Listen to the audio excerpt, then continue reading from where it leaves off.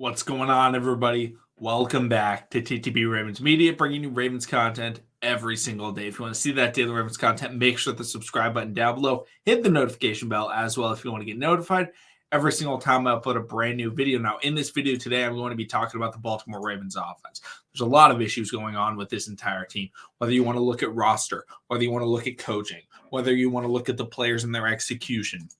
There's a lot of things right now that are happening with the Ravens. Also, Deshaun Jackson is visiting with the Ravens. I don't think it's enough. If they sign him, I will make a video on it. So don't worry. I am aware of that, but I don't think right now it's as important as the things that I'm going to talk about in this video. So before I get into that, I want to bring up, I did put out a poll. I like to put out these polls, and I like to talk about them. And I asked, what do the Ravens need to fix first? And this has 345 votes. Thank you, everybody, who voted in it. Offensive play calling, offensive execution, the roster, defensive execution, defensive play calling. Roster was number one with 42%. Second was offensive execution with 28%. Third was offensive play calling at 19%. So I'm talking about the offense right now in this video, because that's what let the Ravens down, in my opinion, against the New York Giants. So Lamar Jackson, we're going to start with him. Lamar Jackson is the quarterback. The quarterback is the most important position in football. It is the most important position on the offense. Every team lives and dies with this quarterback. I don't care who your running back is. The Titans will not win games if Ryan Tannehill is throwing bad interceptions, right? That's just how it's going to happen. The Cleveland Browns will not win the games if Jacoby Brissett is going out there and just throwing all these picks. Even if Derrick Henry, even if, Nick Chubb are able to have good games, because the quarterback matters more. All right? Lamar Jackson is the reason why this team is going to win or lose. Like, that's how it works. And it's even more important with Lamar because he's also the leader of the running game. So that makes him compounded against himself. Not only is he the quarterback, he's also the playmaker, which just adds a completely different level, to how important he is to this entire roster. And he did not play well against the New York Giants. He struggled. He struggled against the Cincinnati Bengals, missed a lot of deep balls, was able to get it done. I have to give him credit for that. But the offense has been staggering. They have not been able to get things done. And I think a lot of people will point at Rashad Bateman not being there, but Lamar Jackson needs to take a step back, because this happens in baseball a lot. I'm wearing a baseball hat right now. Y'all are going to get mad if you see that it's a Yankees hat, but we're going to pretend like it's not a Yankees hat. I am a Braves fan, but the Yankees are playing tonight, so I thought I'd rep them. In baseball, when a guy starts getting hit over and over and over again, he's playing very well. He starts to swing a little bit more. The zone starts to look a little bit bigger, right? That's how it works in baseball. All the great hitters, this happens. They start just keep on swinging, and they do well, and then all of a sudden, they start missing. And they have that confidence, like they can just keep on swinging, And it keeps missing them. They keep striking out. And then they have to go. And guys will tell you this. Professional baseball players, I can give an example. Matt Olson this year, this happened to him, if you guys want to look it up.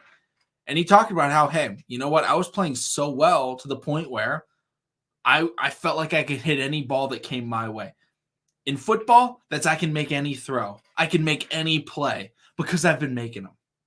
And when you start making these difficult plays, you're going to start believing that every single time you take that risk, you take that chance, you're going to be able to succeed. Lamar Jackson right now, and over the last season, has been playing like Superman. He's been the only guy making plays. He's been the only guy really leading this team. And so every time he has that success, it builds up the well that he can dig into of things that he can try, because it'll work in his mind.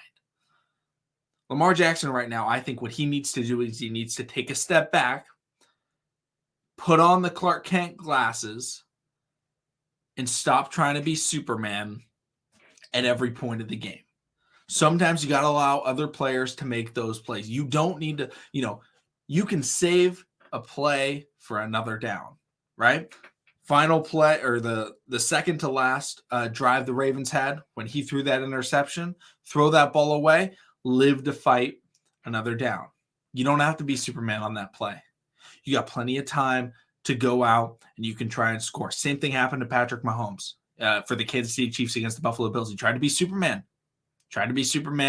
And, sometimes it doesn't work out because we saw it working out in the beginning of the year. We saw Lamar Jackson just throwing up a prayer to Mark Andrews / Devin Duvernay against the Buffalo Bills. And Duvernay somehow catches it. Should have been an interception. But that type of thing, that shows like the Superman nature. But Lamar Jackson's like, yo, it's working. Like me making these crazy plays, it's working. Go back to the basics. Let's be controlled and build our way back up to being able to make those plays. Now, if Lamar Jackson tries to make it's one thing to try a difficult play, throwing a tough pass. It's another to throw, off the back foot into double coverage. Like those are the plays I'm trying to eliminate. Lamar Jackson has to be Lamar Jackson. He has to throw those, some of those weird angled passes and things like that. I'm not saying eliminate that, but eliminate the plays that coaches tell you in 1st, 2nd, 3rd, 4th, 5th, 6th, 7th, 8th, 9th, 10th, all the way through the NFL. Don't make them, right? Running to the right, throwing across the body to the middle of the field. Don't make those throws.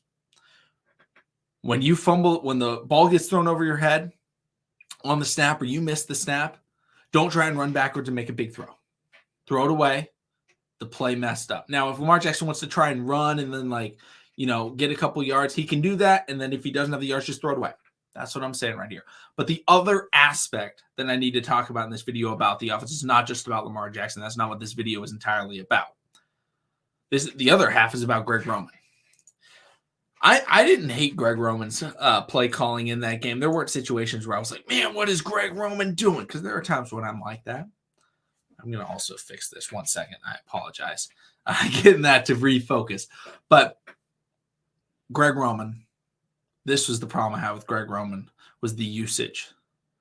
Yeah, Lamar Jackson struggled, but where were his playmakers? Where were the guys that he needs to get the ball to? And I'm going to be one to say it. Patrick Ricard is not a guy that we need to be getting the ball to. I understand he's very important to the Ravens blocking scheme, but when you're passing, Patrick Ricard shouldn't be on the field, especially in obvious passing situations. The biggest issue was on that interception Lamar Jackson threw late in the game. The jump ball that he threw was to Patrick Ricard. If you guys didn't know, in the playtime percentage, the snap counts, Patrick Ricard played more snaps than Devin Duvernay. That can't happen. Now, when Rashad Bateman is healthy, maybe that can happen. But Devin Duvernay is our wide receiver 1 without Rashad Bateman. He's our best wide receiver. And Patrick Ricard played 5 more snaps than him. That's a problem. That is a problem because that is showing that there is no trust in this passing game.